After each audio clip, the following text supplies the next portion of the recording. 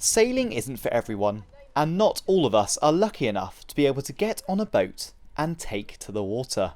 However, on Monday, Testwood Lake Sailability welcomed a new boat to their fleet, so that they can get more of us out onto the water. We now have 4 of our 2-man dinghies. One of our members' father passed away, and he gave us money towards buying another dinghy, which we've got now. So we obviously got the dinghy, which takes a while to get together. And today was his daughter naming it, and it's fully into use now, so it's going to make a lot of difference to us. The boat was funded after a member's father passed away, and left some money for the group to use to buy a dinghy.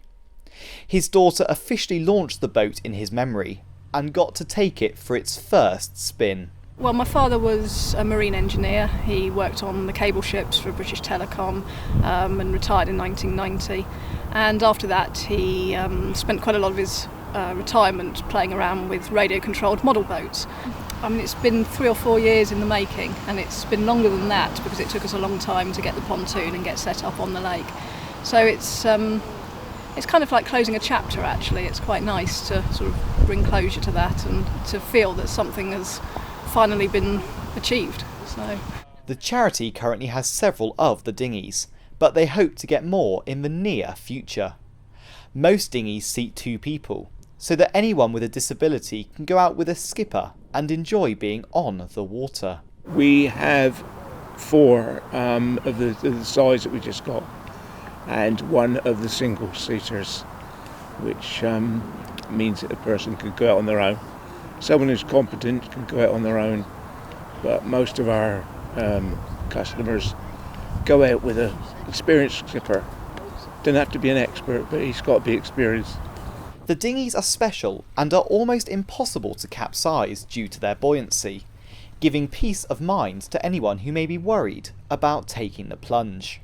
Well, the beauty of these boats, as I say, is they're completely safe, and even if somebody is in a wheelchair, we have a hoist, so they can be hoisted straight from the wheelchair into the boat. And the main thing that this operation needs is volunteers, and anybody can be taught to sail. And once they gain some confidence, they themselves can become a volunteer. And of course, anybody with any sailing experience, they can then come in the boats and take other people out so that everybody benefits. The group are looking for volunteers to help them make the water even more accessible, and almost anyone can get involved. I've stopped sailing for health reasons at the moment, and I just get joy out of seeing all these people that can't do a lot of things, and they go out in the boat, they come in smiling, and it does give them independence. If we can teach someone to sail, wonderful, they've got that independence. Now, this boat is just